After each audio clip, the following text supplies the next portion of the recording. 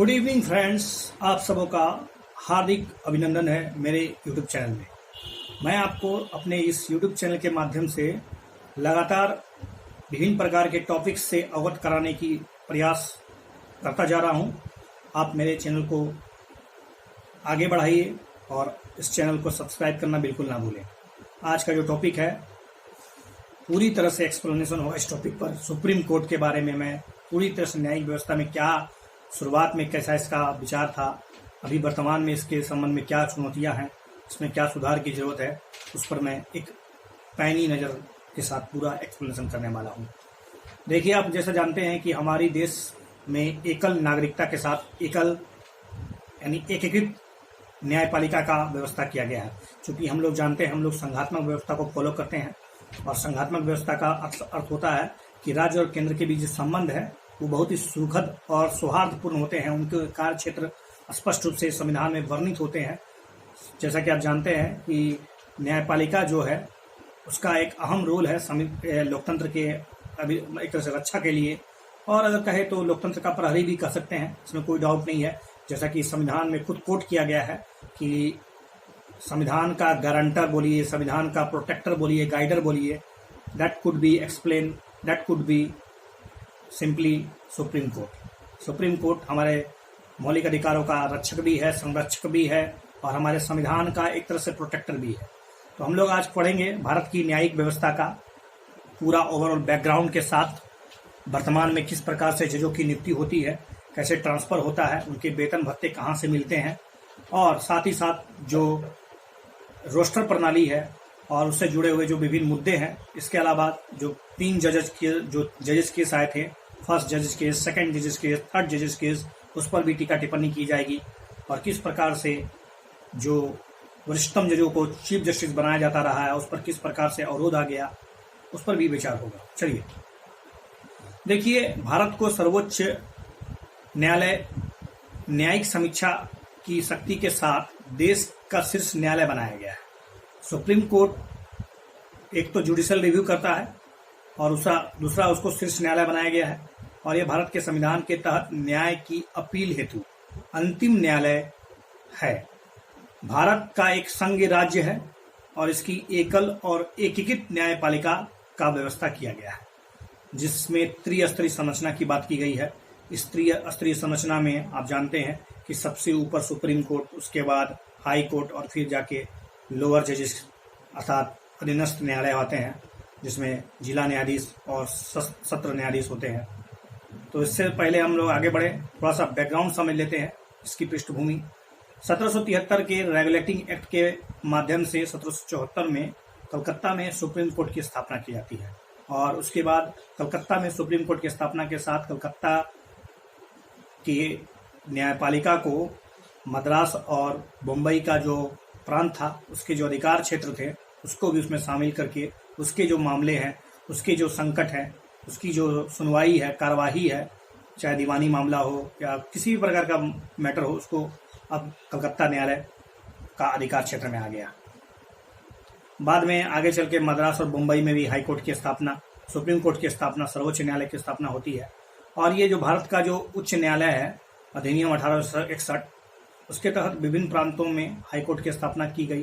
कलकत्ता, मद्रास, बम्बई में सर्वोच्च न्यायालय को और प्रेसिडेंसी शहरों में सदर अदालतों को समाप्त कर दिया गया था। इन हाई कोर्टों को भारत सरकार अधिनियम 1935 के तहत भारत के संघ न्यायालय की स्थापना तक सभी मामलों के लिए सर्वोच्च न्यायालय होने का गौरव प्राप्त था। ओके, देखिए, संघ न्यायालय के पास प्रांतों और संघीय राज्यों के विवादों को हल करने और हाई कोर्ट के निर्णयों के खिलाफ अपील सुनने का अधिकार था। भारत जब 1947 में आज़ाद हुआ, 26 जनवरी को जब हम लोग का संविधान, 26 जनवरी 1950 को हमारा जब संविधान की घोषणा हुई, लागू हुआ, उसके बाद भारत का सर्वोच्च न्यायालय भी अस्तित्व में आ चुका था और इसकी पहली बैठक 1950 को हुई थी। 28 जनवरी 1950 की इसकी पहली बैठक हुई। सुप्रीम कोर्ट द्वारा घोषित कानून भारत के सभी न्यायालयों में बाध्यकारी होते हैं, उसको मानना पड़ता है। इसे न्यायिक समीक्षा की शक्ति भी प्राप्त है। संविधान के प्रावधानों और संवैधानिक पद्धति के अगर विपरीत विधायी या किसी भी प्रकार का कार्यकारी आदेश जारी किया जाता है तो उसको नल एंड वॉइड यानी अवैध घोषित किया जाएगा और रोक दिया जाएगा और कहा जाएगा कि यह हमारे मौलिक अधिकारों के समक्ष एक खतरा है और हमारे उसका गारंटर के होने के नाते इसे रोका जा सकता है। अब हम लोग बात करेंगे कि सुप्रीम कोर्ट के कुछ संवैधानिक प्रावधानों का, कि सुप्रीम कोर्ट का संविधान में किस स्थान पर जिक्र है। जैसा कि आप जानते हैं कि भारत के संविधान के भाग 5 और अध्याय 6 में, ठीक है, संघ न्यायपालिका अर्थात सुप्रीम कोर्ट की स्थापना की बात की गई है कि भारत का एक सुप्रीम कोर्ट होगा। जैसा कि संविधान के भाग 5 अनुच्छेद 124 से 147 में सुप्रीम कोर्ट के संगठन, उसके स्वतंत्रता, उसके अधिकार क्षेत्र, शक्तियां इत्यादि का जिक्र किया गया है। अनुच्छेद 124 के सब क्लोज 1 में कहा गया है कि भारतीय संविधान में भारत का एक सुप्रीम कोर्ट होगा और जिसमें एक मुख्य न्यायाधीश होंगे और कम से कम अधिक से अधिक 7 जज होंगे, जब तक कि कानून के द्वारा संसद अन्य न्यायाधीशों की बड़ी संख्या निर्धारित नहीं करती। ध्यान रहे कि भारत में सर्वोच्च न्यायालय के अधिकार क्षेत्र को सामान्य तौर पर मूल अधिकार क्षेत्र में, अपील क्षेत्र अधिकार में और सलाहकार क्षेत्र अधिकार में वर्गीकृत किया था। सुप्रीम कोर्ट के पास जनरली 3 अधिकार क्षेत्र तो हैं, लेकिन इसके अलावा और भी अधिकार क्षेत्र हैं इसके पास, ठीक है। जनरली 3 अधिकार क्षेत्र आप याद रखिएगा, एक मूल अधिकार क्षेत्र, एक अपील क्षेत्र अधिकार और दूसरा है सलाह मशवरा के लिए, ठीक है, उसको भी मतलब इसमें शामिल किया जाता है। सर्वोच्च न्यायालय का संगठन की बात करें तो वर्तमान में सुप्रीम कोर्ट में अभी वर्तमान में 34 न्यायाधीश हैं, एक चीफ जस्टिस ऑफ इंडिया और 33 अन्य न्यायाधीश। 33 अन्य न्यायाधीशों के साथ 34 हो गई इसकी संख्या, जिसको 2019 के मतलब संशोधन के माध्यम से 2019 में विधेयक लाया गया था और 4 न्यायाधीशों की संख्या बढ़ाई गई थी, क्योंकि इससे पहले न्यायाधीशों की संख्या 31 थी, तो 31 से बढ़कर 34 हो गई है। मूल रूप से सर्वोच्च न्यायालय में न्यायाधीशों की संख्या 8 थी, एक सुप्रीम कोर्ट का जज और बाकी अन्य न्यायाधीश। लेकिन पता होना चाहिए कि आपको इसका संख्या निर्धारण करने का जो अधिकार है, उसको रेगुलेट करने का जो पावर है, वो संसद को दिया गया है। संसद को अधिकार दिया गया है कि उसकी संख्या का निर्धारण करते रहे, बीच बीच में उन्हें बदलते रहे, लेकिन कम नहीं कर सकते हैं, बढ़ा सकते हैं। सर्वोच्च न्यायालय का स्थान अगर बात करें तो कहाँ पर सर्वोच्च न्यायालय बैठेगी, इसका मुख्यालय कहाँ पर होगा, सुप्रीम कोर्ट कहीं दिल्ली को छोड़कर और कहीं भी हो सकता है क्या? तो संविधान चूंकि खुद बोलता है कि दिल्ली को सर्वोच्च न्यायालय का स्थान घोषित करता है, या मुख्य न्यायाधीश और किसी स्थान को, मतलब मुख्य न्यायाधीश को पावर देता है कि किसी भी अन्य स्थान को आप चाहे तो एक से अधिक स्थानों को सुप्रीम कोर्ट के रूप में मतलब स्थापित कर सकते हैं, लेकिन इसके लिए उनको राष्ट्रपति के अनुमोदन की जरूरत है। राष्ट्रपति जब ये निर्णय ले लेंगे और इस पर विचार किया जा सकता है कि हाई सुप्रीम कोर्ट का जगह और कहीं भी हो, तो ऐसा हो सकता है। अब हम लोग बात करेंगे न्यायाधीशों की नियुक्तियों के बारे में। देखिए, न्यायाधीशों की नियुक्ति, सुप्रीम कोर्ट के न्यायाधीशों की नियुक्ति राष्ट्रपति के द्वारा की जाती है और राष्ट्रपति आवश्यक समझता है तो मुख्य न्यायाधीश की नियुक्ति के लिए सुप्रीम कोर्ट और हाई कोर्ट न्यायाधीशों की सलाह ले सकता है। अन्य न्यायाधीशों को राष्ट्रपति द्वारा मुख्य न्यायाधीश और सर्वोच्च न्यायालय और हाई कोर्ट के ऐसे अन्य न्यायाधीशों के परामर्श के बाद नियुक्त किया जाता है। ध्यान रहे एक बात, मुख्य न्यायाधीश को छोड़कर बाकी जितने भी अन्य न्यायाधीश है, उनकी नियुक्ति करते समय सुप्रीम कोर्ट के चीफ जस्टिस का जो सलाह है या जो निर्णय है, वो मतलब एक तरह से बाध्यकारी होता है, उसको मानना ही पड़ता है राष्ट्रपति को। 1950 से लगभग 1973 तक देखा गया है कि जो सुप्रीम कोर्ट के जो चीफ जस्टिस है, जो सबसे जो वरिष्ठतम है, उसी को बनाया गया है। लेकिन 1973 में यह प्रणाली एक तरह से समाप्त हो गई और फिर जाके मतलब हुआ क्या कि उसमें 3 जो बड़े जजेस थे, जो वरिष्ठतम जज थे, उसको सुपरसीड करके मतलब निम्न जज जिसकी उम्र कम थी, वरिष्ठतम नहीं थे, वो उनको जज बना दिया गया। जैसा कि आप जानते हैं एन रे को जज बनाया गया था और उसी प्रकार 1977 में भी ऐसा हुआ, जिसमें 10 जजों को सुपरसीड करके मतलब एक तरह से नज़रअंदाज करते हुए उससे नीचे वाले जज को सुप्रीम कोर्ट का चीफ जस्टिस बनाया गया, जो कि शायद एमयू बेग थे। एमयू बेग को मतलब 10 जजों को सुपरसीड करके बनाया गया था। एक तरह से यह प्रक्रिया भंग हो गई। अब ऐसा बिल्कुल नहीं है कि वरिष्ठतम जज ही चीफ जस्टिस ऑफ इंडिया होंगे, जी नहीं। सरकार की इस स्वायत्तता को सर्वोच्च न्यायालय ने सेकंड जज केस में, जो कि 1993 में आया था, उसको रद्द कर दिया गया था, जिसमें सुप्रीम कोर्ट ने फैसला दिया कि सुप्रीम कोर्ट के जो वरिष्ठतम न्यायाधीश को ही भारत का मुख्य न्यायाधीश के रूप में नियुक्त किया जाना चाहिए। लेकिन ऐसा कोई जरूरी नहीं है, सेकंड जजेस केस कोई मतलब बाध्यकारी नहीं है। अभी भी बहुत से रूल्स जो है वो कंट्राडिक्ट हो जाते हैं। अब आते हैं कॉलेजियम प्रणाली पर जो विवाद हुआ है, उस पर हम सोच लेते हैं कि कॉलेजियम प्रणाली आपस में खुद अपने आप में विवादित क्यों है। सबसे विचित्र बात आपको बताऊं हमारे देश के न्यायपालिका के बारे में, तो यह है कि हमारे देश में न्यायपालिका ही खुद न्यायपालिका को नियुक्त करती है। जजों के द्वारा जजों की नियुक्ति ये कहाँ तक जायज है, इस पर हम लोग कॉलेजियम प्रणाली पर सोचना पड़ेगा। सुप्रीम कोर्ट ने अलग अलग बातों पर अलग अलग केस के माध्यम से 3 जज केस हैं। फर्स्ट जजेस केस जो कि 1982 में आया था, जिसमें एक शब्द है परामर्श, कि परामर्श लिया जाना उचित है या नहीं। तो परामर्श में कहा गया कि परामर्श सीधा अर्थ है फर्स्ट जज केस में सहमति नहीं है, मतलब परामर्श का मतलब सहमति नहीं है। इसका सीमित मतलब अच्छा विचारों का आदान प्रदान हो जाए, वही परामर्श है। पहले बार फर्स्ट जज केस में यह निकल कर आया है। लेकिन सेकंड जज केस में 1993 में न्यायालय ने अपने फैसले को पलट दिया और कहा कि परामर्श सत्कार सहमति से है और इसको मानना पड़ेगा, और इसको बदल दिया उसने। परामर्श को अब राष्ट्रपति को बाध्यकारी है, मानना पड़ता है। फिर जाके थर्ड जज केस आता है। थर्ड जज केस के मामले में 1998 में न्यायालय ने कहा कि भारत के मुख्य न्यायाधीश द्वारा अपनाई जाने वाली परामर्श जो है वो सिर्फ उनकी द्वारा परामर्श नहीं होगा, बल्कि इसमें सम्मिलित परामर्श जारी किया जाएगा। अर्थात मुख्य न्यायाधीश की एकमात्र राय परामर्श प्रक्रिया का गठन नहीं करेगी, बल्कि उन्हें हाईकोर्ट सुप्रीम कोर्ट के 4 अन्य वरिष्ठतम जजों का भी परामर्श करना पड़ेगा। लेकिन अगर 2 अन्य न्यायाधीशों की भी अगर विपरीत राय हो जाए तो फिर उसे सरकार को नियुक्ति करने की, मतलब इस जज को नियुक्त कर लीजिए, उसकी सिफारिश आप नहीं भेज सकते। और अदालत ने माना है, अदालत ने बहुत बार ऐसा कहा है कि परामर्श प्रक्रिया के मानदंडों और आवश्यकताओं का पालन किए बिना भारत के मुख्य न्यायाधीश द्वारा की गई सिफारिश सरकार पर बाध्यकारी नहीं है। अगर परामर्श नहीं किया जाता है तो वो जो दिया गया है कि इसमें से किसी जज को आप हाईकोर्ट के जज को नियुक्त कर सकते हैं, तो वो मानना बिल्कुल मतलब अपरिहार्य नहीं है, बाध्यकारी नहीं है। कॉलेजियम सिस्टम क्या है? कॉलेजियम प्रणाली की शुरुआत थर्ड जज केस 1998 में निकल कर आया था। और ये मतलब एक तरह से कहा है तो ये संविधान में कोई ऐसा कोटेशन नहीं है, कॉलेजियम प्रणाली का कोई जिक्र नहीं है। ये मतलब सुप्रीम कोर्ट के द्वारा मतलब लाया गया है, अप्रोच है।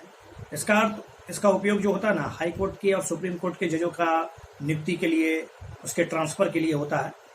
भारत के मूल संविधान में या संशोधनों में कॉलेजियम का कोई भी उल्लेख नहीं है, ठीक है। कॉलेजियम प्रणाली और उसके साथ एक और है एनजैक, जिसको हम राष्ट्रीय न्यायिक नियुक्ति आयोग कहते हैं। उसमें किस प्रकार से एक तरह से मतलब घोल झोल है, किस प्रकार से तनाव है दोनों के बीच, किस प्रकार से कॉलेजियम प्रणाली ही सर्वेसर्वा हो गया अभी तक। देखिए, कॉलेजियम केंद्र सरकार को वकीलों या न्यायाधीशों के नाम प्रस्तावित करती है। कॉलेजियम ही है जो केंद्र सरकार को बोलती है कि अमुक जज को नियुक्त कर लिया जाए इसके माध्यम से। इसी प्रकार केंद्र सरकार भी अपने कुछ प्रस्तावित नामों को कॉलेजियम को भेजती है। कॉलेजियम केंद्र सरकार द्वारा प्रस्तावित नामों या सुझावों पर अपना विचार करती है, अंतिम अनुमोदन देती है, उसको सरकार के पास भेजती है। यदि कॉलेजियम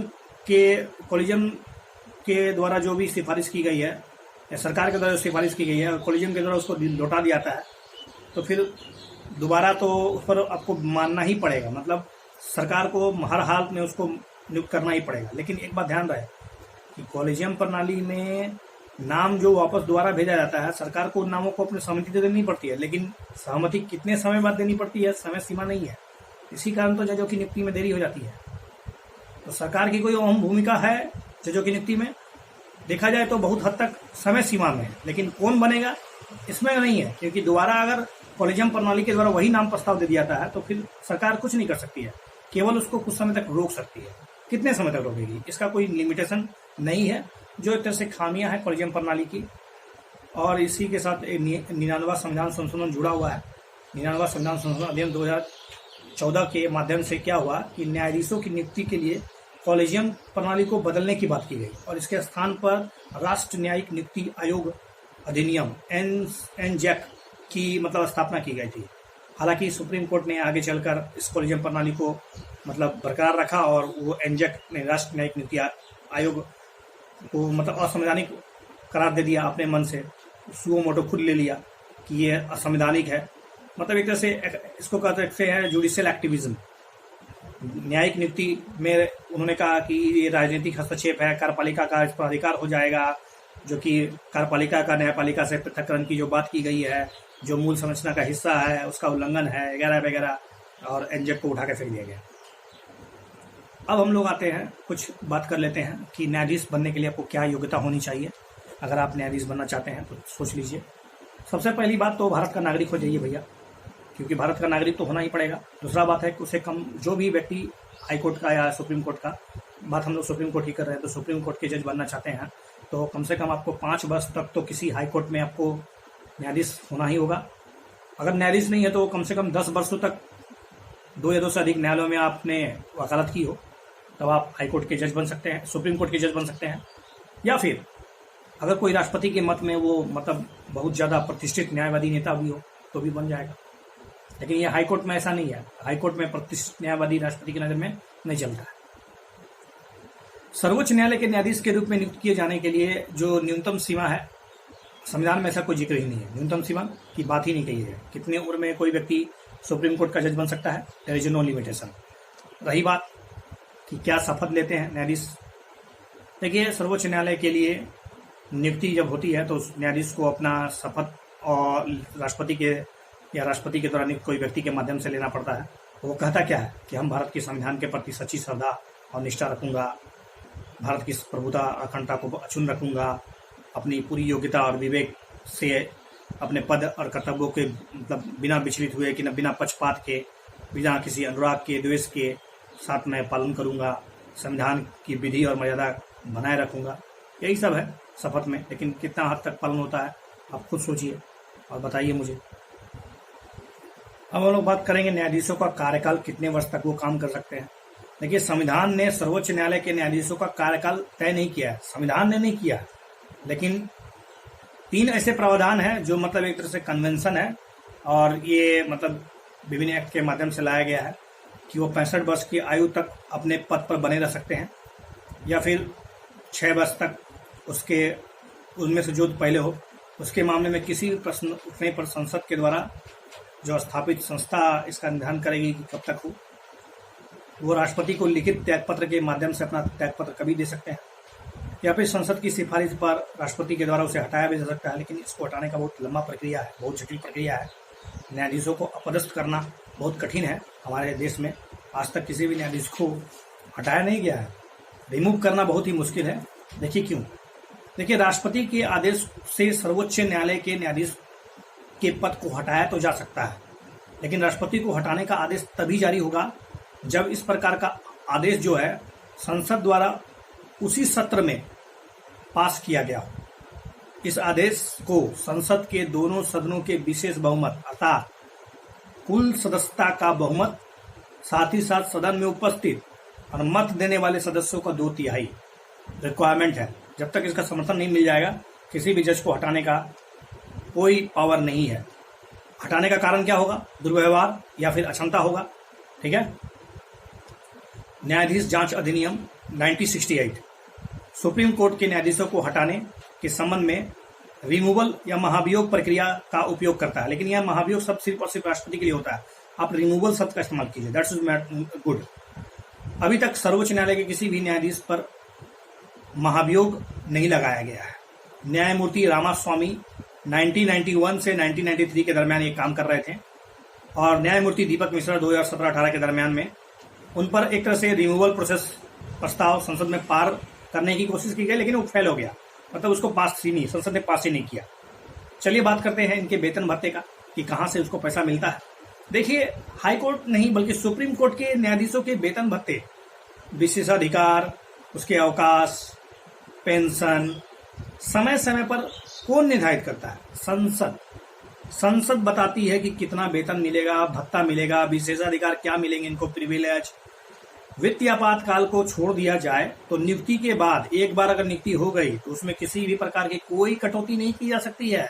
केवल आर्टिकल 360 जब लगेगा तभी, अर्थात वित्तीय स्थिति अर्थात भारतीय का जो वित्तीय स्थिति है साख है गड़बड़ हो जाए तब। अब हम लोग बात करेंगे कुछ स्पेशल बातें, जैसे कार्यकारी मुख्य न्यायाधीश कौन होता है, कि कब जरूरत होती है, कैसे बन सकता है कोई कार्यकारी न्यायाधीश। देखिए कार्यकारी मुख्य न्यायाधीश राष्ट्रपति भारत के कार्यवाहक मुख्य न्यायाधीश को नियुक्त कर सकते हैं सर्वोच्च न्यायालय में। कब, जब सर्वोच्च न्यायालय के मुख्य न्यायाधीश को नियुक्त करने का जो कार्यवाहक मतलब सर्वोच्च न्यायालय का जो चीफ जस्टिस ऑफ इंडिया है उसके स्थान पर कोई दूसरा चीफ जस्टिस कार्यवाहक चीफ जस्टिस कब बनेगा। एक जब मुख्य न्यायाधीश का पद खाली हो गया हो, दूसरा उसकी स्वास्थ्य खराब हो गई हो, तीसरा वो अनुपस्थित हो किसी कारणवश, या फिर अपने दायित्व का निर्वहन करने में असमर्थ हो रहे हो, तब जाके कार्यकारी मतलब एक तरह से छोटे समय के लिए ये होता है, कार्यकारी न्यायाधीश का नियुक्त हो सकता है, राष्ट्रपति कर सकते हैं। लेकिन ध्यान रहे कि तदर्थ न्यायाधीश और कार्यकारी न्यायाधीश अलग होते हैं। तदर्थ न्यायाधीश का मतलब होता है टेम्पोररी बेसिस में, एडहॉक बेसिस में, जब सर्वोच्च न्यायालय के किसी भी सत्र को आयोजित करने या जारी रखने के लिए जो अस्थायी मतलब जितने न्यायाधीशों का जो कोरम होना चाहिए, जैसे कि अभी वर्तमान में 34 है, और कोरम की गणपूर्ति कमी होती है, अगर कोरम मतलब 5 है या 10 है, जितना भी हो, अगर नहीं हो पा रहा है तो भारत के मुख्य न्यायाधीश एक अस्थायी अवधि के लिए सर्वोच्च न्यायालय के तदर्थ न्यायाधीश के रूप में किसी भी हाई कोर्ट के न्यायाधीश की नियुक्ति कर सकते हैं, किसी भी हाई कोर्ट के जज को बुला सकते हैं, ठीक है, सुप्रीम कोर्ट के जज के रूप में अर्थात तदर्थ न्यायाधीश के रूप में। लेकिन ध्यान रहे वह संबंधित हाई कोर्ट न्यायालय जो है उसके मुख्य न्यायाधीश के साथ परामर्श करना पड़ेगा और राष्ट्रपति की पूर्ण सहमति हो तभी ऐसा हो पाएगा, अदरवाइज तदर्थ न्यायाधीश नियुक्त हो सकता है। तदर्थ न्यायाधीश के लिए स्पष्ट है कि जिस हाईकोर्ट के न्यायाधीश को आप बुला रहे हैं उसका जो चीफ जस्टिस है उसको मंजूरी देना पड़ेगा। जिस न्यायाधीश की नियुक्ति किया जाता है उसे सर्वोच्च न्यायालय के न्यायाधीश के रूप में नियुक्त होने का योग्य होना चाहिए। ऐसा नहीं है कि उसके पास सर्वोच्च न्यायालय के न्यायाधीश की योग्यता ही नहीं है, नियुक्त होने का योग्यता, जो आपको पहले बताया कि कम से कम 5 वर्ष तक तो किसी भी हाईकोर्ट में उन्होंने जजों के रूप में काम किया हो या 10 वर्ष तक लगातार उन्होंने वकालत की हो, ये दोनों योग्यता होगा तभी वो तदर्थ न्यायाधीश बन सकते हैं, अदरवाइज ऐसा नहीं हो सकता है। देखिए, तदर्थ न्यायाधीश का दायित्व यह है कि वह अपने अन्य दायित्वों की तुलना में सर्वोच्च न्यायालय में बैठकों में भाग ले, उसका सबसे अधिक उसको वरीयता दे। ऐसा करते समय उसे सर्वोच्च न्यायालय के न्यायाधीश के रूप में अधिकार क्षेत्र, उसकी शक्तियां, उसके विशेषाधिकार सब कुछ मिलेगा उसको, मतलब वो एक तरह से सुप्रीम कोर्ट का जज ही है, ठीक है। लेकिन जो सेवानिवृत्त न्यायाधीश होते हैं वो अलग होते हैं। लेकिन सेवानिवृत्त न्यायाधीश अर्थात भारत का जो मुख्य न्यायाधीश किसी भी समय उच्चतम न्यायालय के सेवानिवृत्त न्यायाधीश या हाईकोर्ट के सेवानिवृत्त न्यायाधीश जो कि उच्चतम न्यायालय के न्यायाधीश के रूप में नियुक्त किए जाने योग्य हो, से अनुरोध कर सकता है कि वह अस्थायी अवधि के लिए कुछ समय के लिए सर्वोच्च न्यायालय के न्यायाधीश के रूप में काम कर ले यार, ठीक है। ऐसा नियुक्त करने जाने से पहले उस व्यक्ति को और राष्ट्रपति की पूर्व सहमति होनी चाहिए। ऐसा न्यायाधीश राष्ट्रपति के द्वारा निर्धारित भत्ते प्राप्त करने योग्य का ध्यान रहे। ये जो सेवानिवृत्त न्यायाधीश होते हैं जो हाईकोर्ट से बुलाए जाते हैं या फिर सुप्रीम कोर्ट के ही अगर कोई न्यायाधीश हो जो जिनका रिटायरमेंट हो गया हो और उनको फिर से काम करने के लिए बुलाया जा रहा हो, तो इनका वेतन भत्ता राष्ट्रपति निर्धारित करते हैं। वो सर्वोच्च न्यायालय के अन्य न्यायाधीशों की तरह न्याय निर्णयन शक्ति और विशेषाधिकार मिलते हैं, लेकिन उन्हें उच्चतम न्यायालय का न्यायाधीश नहीं माना जाना चाहिए। ध्यान रहे, वो उच्चतम न्यायालय के न्यायाधीश नहीं कहलाते हैं, ठीक है। अब आते हैं न्यायालय की प्रक्रिया। देखिए, सर्वोच्च न्यायालय राष्ट्रपति की मंजूरी के साथ न्यायालय के संचालन और प्रक्रिया को रेगुलेट करने के लिए नियम बना सकता है। संवैधानिक मामलों या संदर्भों को अनुच्छेद 143 के तहत राष्ट्रपति द्वारा निर्धारित किया जाता है और कम से कम 5 न्यायाधीशों वाली एक खंडपीठ के द्वारा इसको तैयार किया जाता है। ओके, सर्वोच्च न्यायालय की स्वतंत्रता की बात कर ले कि क्या वास्तव में हमारा सर्वोच्च न्यायालय स्वतंत्र है या सरकार के दबाव में काम करता है या बायसिंग है कहीं? नहीं, बिल्कुल बायसिंग नहीं है। इसके कुछ तर्क दे सकते हैं आप ऐसे। देखिए, सर्वोच्च न्यायालय एक संघ न्यायालय है और अपील का सर्वोच्च न्यायालय भी है और नागरिकों को मौलिक अधिकारों का गारंटर है, संविधान का संरक्षक है। ऐसे में आप इसको स्वतंत्र नहीं रखिएगा तो इसका मतलब एक तरह से कहीं ना कहीं गलत मैसेज चला जाएगा। अतः इसके सौंपे गए कर्तव्यों के मतलब इफेक्टिव इम्प्लीमेंटेशन के लिए इसकी स्वतंत्रता का होना बहुत जरूरी है, क्योंकि कार्यकारी अर्थात मंत्री परिषदों का परिषद जो है या विधानमंडल या संसद ही है, उसके अतिक्रमण से उसको बचाया जाए, उसके दबाव, उसके हस्तक्षेप से उसको मुक्त होना चाहिए, ताकि इसे बिना डर के या पक्षपात के न्याय करने में किसी प्रकार का कोई दिक्कत ना हो। तो पर ऐसा कैसे हो पाएगा? हर व्यक्ति तो लगता है कि बिका हुआ है, ऐसा आपको लग रहा होगा, ऐसा ही फीलिंग जाता है, लेकिन ऐसा नहीं है। देखिए, सुप्रीम कोर्ट के न्यायाधीशों के स्वतंत्र और निष्पक्ष कामकाज को सुरक्षित बनाए रखने के लिए कुछ संवैधानिक प्रावधान किए गए हैं। जैसे नियुक्ति का तरीका बहुत कठोर है। दूसरा है कार्यकाल की सुरक्षा प्रदान की गई है। इसके निश्चित सेवा शर्तें हैं। संचित निधि पर इनका भार मतलब इसका जो वेतन होता है संचित निधि पर भारित होता है। न्यायाधीशों के आचरण पर बहस मतलब लोकसभा या फिर संसद में या फिर कहें तो विधानमंडल में चर्चा नहीं किया सकता है। सेवानिवृत्ति जो से आपका रिटायरमेंट होगा, आप वकालत नहीं कर सकते हैं। हालांकि रिटायरमेंट के बाद आपको मतलब सेवानिवृत्त न्यायाधीश के रूप में बुलाया जा सकता है। अपनी मतलब अगर अवमानना पर दंड देने की शक्ति भी है। अपना स्टाफ ये खुद नियुक्त करते हैं। इसके न्याय क्षेत्र में कटौती नहीं की जा सकती है, मतलब न्याय क्षेत्र में कटौती नहीं, वृद्धि की जा सकती है। ठीक है, कार्यपालिका से उसको अलग रखा गया है। ठीक है, अब हम लोग फाइनली बात करेंगे कि इसके जो अधिकार क्षेत्र है, इसका जो डायमेंशन है, इसका जो एरिया है वो कितना है। सबसे पहला अधिकार क्षेत्र है मूल अधिकार क्षेत्र। एक संघ न्यायालय के रूप में काम करने के नाते से भारत को संघ की विभिन्न इकाइयों के बीच विवादों का फैसला करना होता है। राज्य और राज्य के बीच विवाद हो जाए, केंद्र और राज्य के बीच विवाद हो जाए, तो ये केवल और केवल सुप्रीम कोर्ट में ही निर्णय होंगे। ठीक है, इनमें से किसी विवाद का निर्णय, जैसे कि केंद्र और राज्य के बीच, जैसा बताया, एक तरफ केंद्र और कई राज्य हो, या राज्यों का एक तरफ होना, या एक से अधिक राज्यों का दूसरी तरफ होना, या दो से अधिक राज्यों के बीच तटस्थ मतलब कोई झगड़ा हो जाए। उपरोक्त संघीय विवादों पर सर्वोच्च न्यायालय में विशेष मूल न्याय मतलब ओवरऑल सिर्फ और सिर्फ यहीं पर हो सकता है इसका निर्णय। सर्वोच्च न्यायालय के न्याय क्षेत्र जो है किस किस में समाहित नहीं होते हैं। देखिए, पहला, कोई भी विवाद जो संवैधानिक पूर्व हो, पहले से संधि हो, संविधान के पहले जो संधि की गई हो, समझौता किया गया हो, जो वादा किया गया हो, उससे कोई अगर उत्पन्न हो गया विवाद, तो उस पर आप सुप्रीम कोर्ट के पास नहीं जा सकते हैं। ठीक है, और रही बात कोई विवाद जो संधि, समझौता आदि से बाहर उत्पन्न हुआ हो, जिसमें प्रावधान है कि संबंधित न्याय क्षेत्र उस विवाद से संबंधित है ही नहीं, तो फिर कोई दिक्कत नहीं है, आप सुप्रीम कोर्ट नहीं जा सकते हैं। अंतर राज्य जल विवाद ये भी नहीं हो सकता, लेकिन बहुत से अंतर्राज्य जल विवाद तो सुप्रीम कोर्ट में भी पहुंच जाते हैं, स्पेशली पिटीशन कहलाता है। वित्त आयोग के संदर्भ के मामले भी सुप्रीम कोर्ट में नहीं ले जाए जा सकते हैं। केंद्र और राज्यों के मध्य खर्चों और पेंशन से जुड़ा हुआ मामला भी सुप्रीम कोर्ट में नहीं ले जा सकता है। केंद्र और राज्यों के मध्य वाणिज्यिक प्रकृति वाला साधारण विवाद हो, उसको भी आप नहीं ले जा सकते हैं। केंद्र के खिलाफ राज्य की किसी नुकसान की भरपाई करने के लिए सुप्रीम कोर्ट राज्य नहीं पहुंच सकता है। ठीक है, अगला है न्यायाधीश जुरिडिक्शन, मतलब एक तरह से कहे तो रीट जुरिडिक्शन सर्वोच्च न्यायालय के अधिकार प्राप्त है कि वह बंदी, प्रत्यक्षीकरण, परमादेश, उत्प्रेषण, प्रतिषेध, अधिकार परीक्षा आदि पर न्यायाधीश, ठीक है, न्याय जारी करे, ताकि जो व्यक्ति इससे आहत हुआ है उसको उसके अधिकार की रक्षा की जा सके।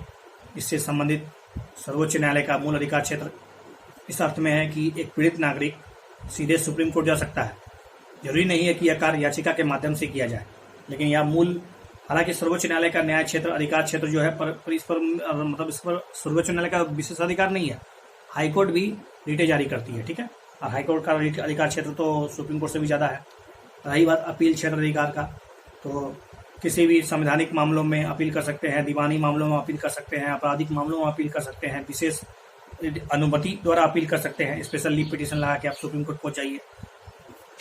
और फाइनली अधिकार क्षेत्र जो है वो है एडवाइजरी जुडिक्शन, जो सलाहकार परिषद के रूप में काम करना।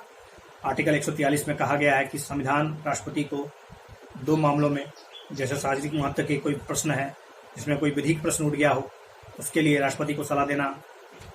दूसरा बात है किसी संविधान के पूर्व संधि की गई हो, कोई समझौता हो, कोई वादा हो, उससे संबंधित कोई विवाद उत्पन्न हो गया हो, उससे संबंध में राष्ट्रपति को एक तरह से मदद करना पड़ सकता है। और कोर्ट ऑफ रिकॉर्ड क्या होता है? अभिलेख न्यायालय। देखिए, अभिलेखों के न्यायालय के रूप में सर्वोच्च न्यायालय के पास दो शक्तियां हैं।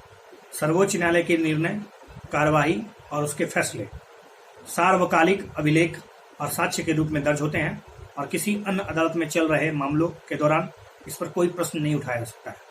दूसरा है कि ये रिकॉर्ड विधिक संदर्भों की तरह स्वीकार भी किए जाते हैं। और तीसरा है कि इस न्यायालय की अवमानना करने पर दंडित करने का अधिकार है, और यह सजा 6 महीना से लेकर 2000 रुपये तक का हो सकता है।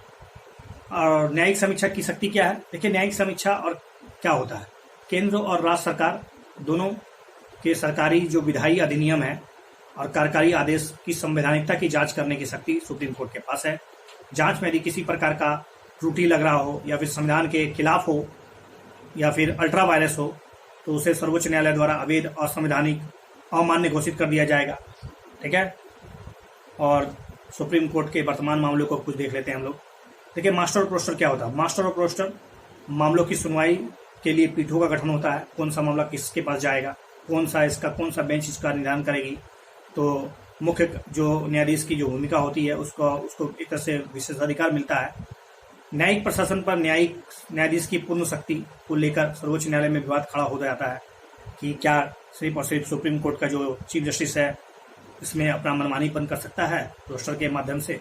सर्वोच्च न्यायालय में कई बार ऐसा हुआ है कि न्यायाधीश को रोस्टर का मास्टर होता है, वह अकेले ही न्यायालय की पीठों का गठन करता है, गठित किए गए पीठों के मामले आवंटित करता है। उसका विशेषाधिकार उसको है और होना भी चाहिए, अदरवाइज डिसऑर्डर उत्पन्न हो जाएगा। ठीक है, भारत के मुख्य न्यायाधीश हो या किसी भी हाई कोर्ट के मुख्य न्यायाधीश हो, प्रशासनिक पक्ष के प्रमुख होते हैं।